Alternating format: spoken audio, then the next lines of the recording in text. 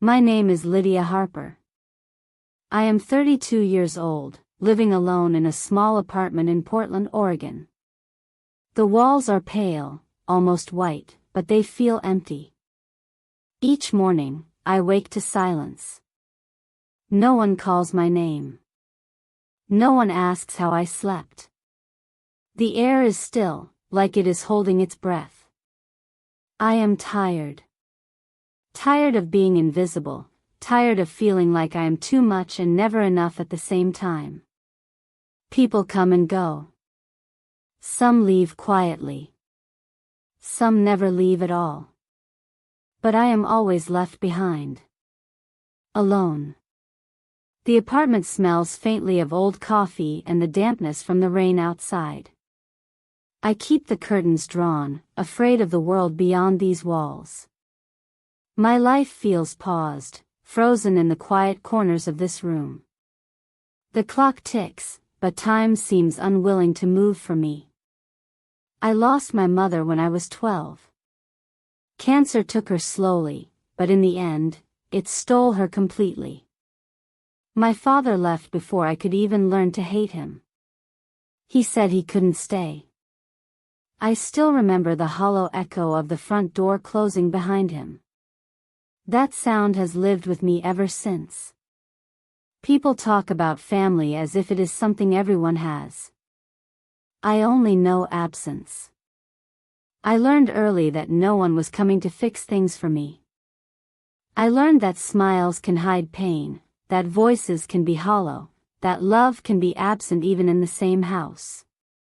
I work at a small bookstore, mostly to pass the time.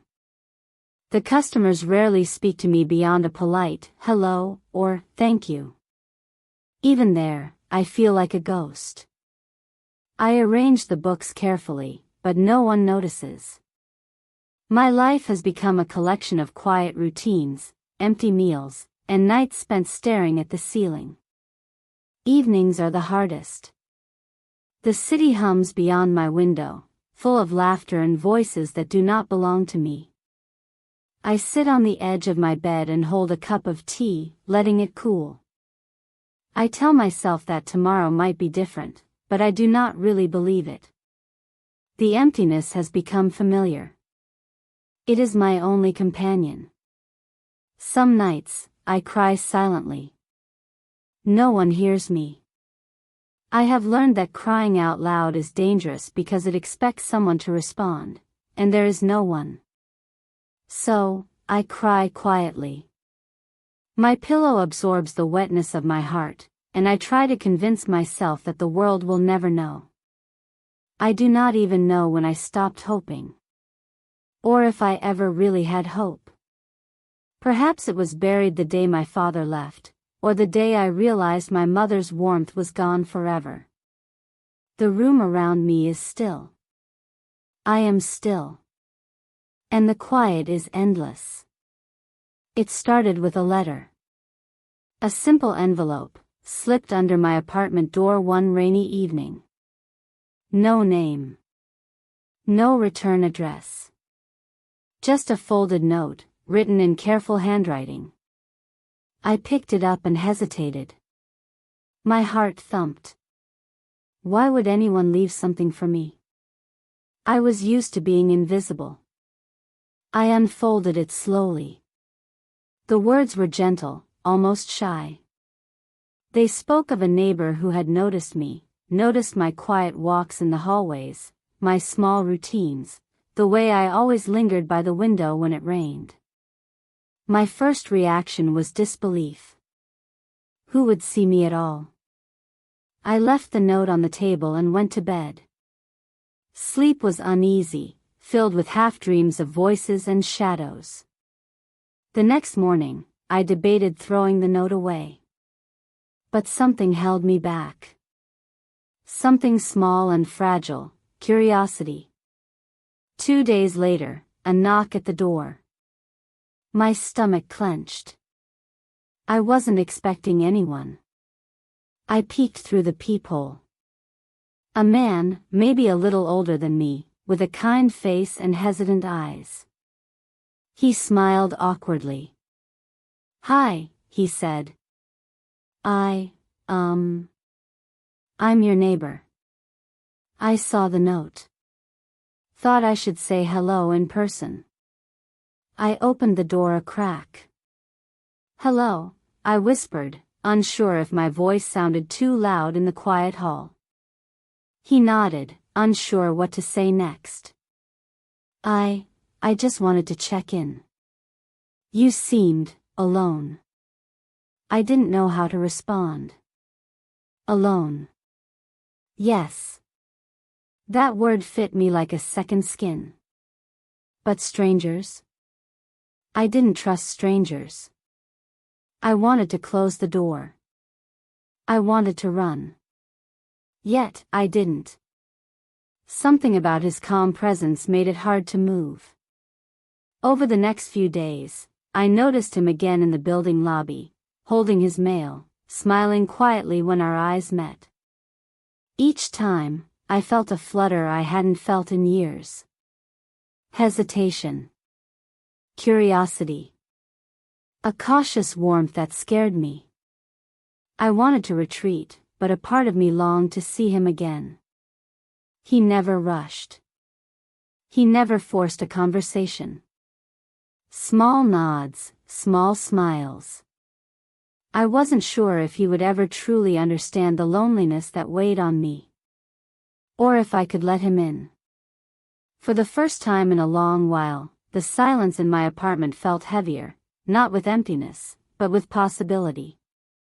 The still air seemed to shift slightly, as if it had noticed him too. I didn't know what would happen next. I didn't trust my own heart. But something had changed. The world felt a little less quiet. And that terrified me almost as much as it excited me. His name was Ethan Collins. He lived 2 floors above me. At first, our interactions were brief. A smile in the lobby. A small nod in the hallway. But slowly, they grew. One evening, the rain had made the stairs slippery. I slipped on the 3rd step, and he was there before I even hit the ground. "Are you okay?" he asked, steadying me.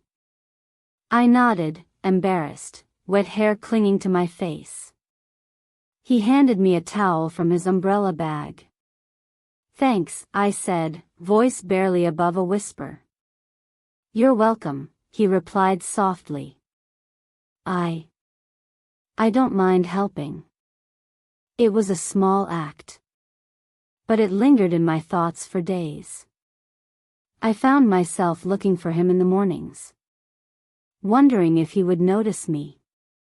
Small things, like how he always remembered my favorite coffee from the corner cafe. How he paused to ask about my day, even if it was just a single-word answer. We started having coffee together sometimes, though not every day.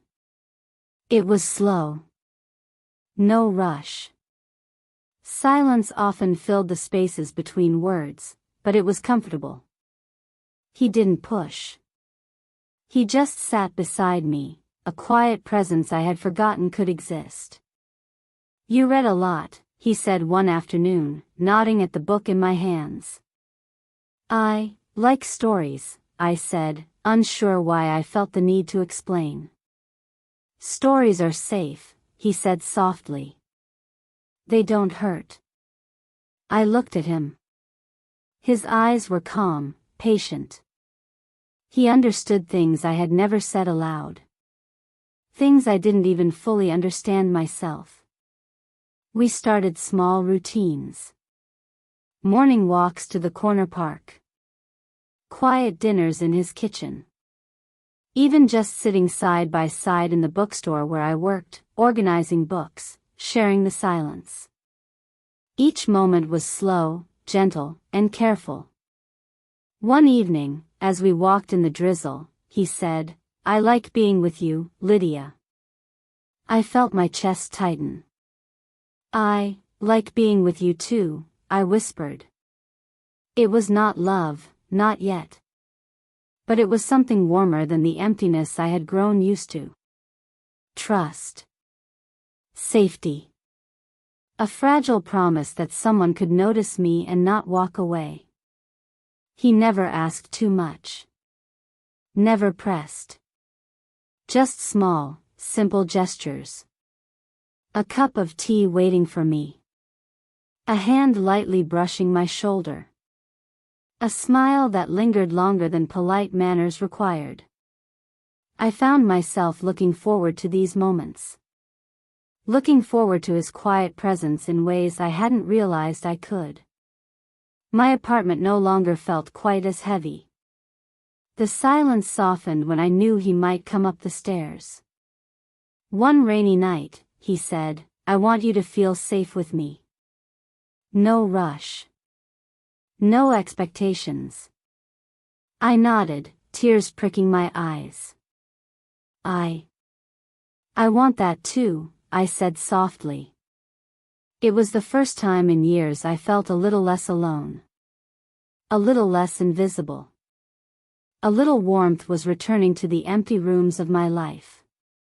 It started quietly. Little things at first. Texts left unanswered. Walks cancelled without reason. The soft smile that used to greet me in the lobby grew distant. I tried to tell myself it was nothing. That life had its moments. But the silence in our apartment meetings grew heavier. His eyes no longer met mine the way they used to. He seemed far away, as if part of him was somewhere I could not reach. One evening, I knocked on his door. No answer. I waited, rain soaking my coat, heart thudding painfully. Finally, I left a note. No reply came. Days passed. Weeks. The routines we shared vanished. Even the corner cafe felt empty without him there. I wanted to call. To ask. To demand a reason. But I didn't. Fear held me back. Fear that the answer would be worse than the absence. That the bond one had slowly built was nothing to him. I started replaying every moment, every word. Had I done something wrong? Had I misread the signs? Every small gesture that once brought me warmth now felt like it had been a lie. My apartment, once filled with cautious hope, felt colder than ever. When I saw him in the lobby weeks later, he didn't smile. He avoided me. The eyes that had once held patience and warmth were now distant and unreadable. I wanted to reach for him, to pull him back. But he didn't let me. He walked past as if I were air. I sat on the edge of my bed that night, trembling. The room was quiet, the still air heavy. I cried softly, my tears falling onto my pillow. My heart ached with confusion and loss. How could someone so careful, so gentle, leave without a word? I realized then that trust is fragile. That hope can be cruel. And that even slow, careful love can be broken if one side turns away. The routines, the small smiles, the quiet coffees, they were gone. And with them, a piece of me seemed to leave too. I felt abandoned, smaller than I had ever felt, as if the world had finally closed in around me. I didn't shout. I didn't scream. I only sat in the silence, feeling the emptiness stretch like a shadow across my chest. Pain had returned, heavier and colder than before. I woke to the sound of rain tapping hard against my window. My body shook, my chest tight. I pressed my hands to it, trying to stop the trembling. My phone sat on the nightstand, silent. No messages. No explanations.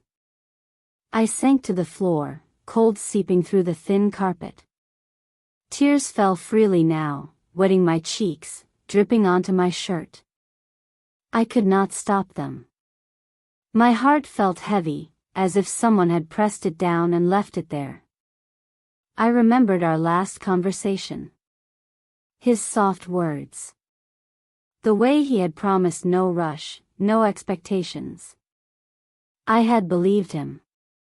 I had let myself hope. And now, nothing. The wind outside rattled the window, harsh and unfeeling.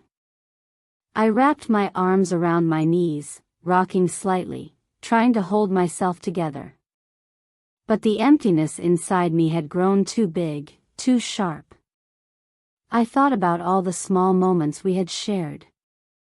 The walks, the quiet dinners, the soft smiles that spoke louder than words. Each memory hit me like a cold wave, and I cried harder, shaking with grief I hadn't felt in years. I whispered his name into the empty room, my voice trembling. Ethan, why? No answer. The silence answered me back, heavier than any words could be. I realized then that I had been allowed to feel safe, allowed to believe in connection. And it had all been pulled away. The betrayal wasn't loud. It wasn't dramatic. It was simple. Quiet. Unnoticed. And yet, it cut deeper than anything else I had endured. I buried my face in my hands. Wet hair stuck to my cheeks. My body shook with the intensity of it. I had loved cautiously, quietly, and now I was left with the truth. Sometimes, even the gentlest bonds can break without warning. The room around me felt smaller, colder. The rain outside mirrored the storm inside me. Every breath was heavy, every heartbeat a reminder of what I had lost. I cried until my chest ached. Until my hands trembled so badly I could hardly hold them still. Until the quiet became almost unbearable, pressing in on me from all sides. I understood something in that moment. Pain is raw. Pain is unavoidable.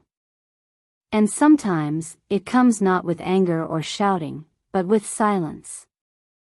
Silence and absence can hurt more than anything else in the world. The days after were slow. I stayed in my apartment more than usual. I let the tears fall when they came and didn't fight the silence. I learned to sit with the emptiness, to breathe through it, to let it pass in its own time. I began to notice small things again. The way sunlight hit the kitchen floor in the morning. The smell of rain on the pavement. The soft hum of life outside my window. I realized I didn't need someone else to make these moments matter. I started walking again, not waiting for anyone to join me. I read in the evenings, letting the stories fill the quiet spaces I once feared. I talked to friends, small connections that reminded me the world wasn't entirely empty. I understood something about myself. That I could feel deeply, and survive. That trust could return, even if slowly. That heartbreak didn't have to define me forever. I could carry it, learn from it, and still move forward. Some nights, I still cry quietly. But now, the tears feel lighter. They wash the pain instead of holding it prisoner. I have discovered that silence can be a companion, not just a weight. I have grown stronger. Not because the pain disappeared, but because I survived it. I learned that hope doesn't always come from others. Sometimes, it comes from the courage to face each quiet, lonely day, and to keep going.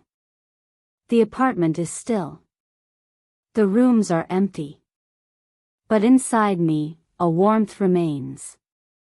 A calm strength that was not there before. I am still Lydia Harper. I am still alone in some ways. But I am no longer lost. And in that quiet, I finally feel a kind of peace.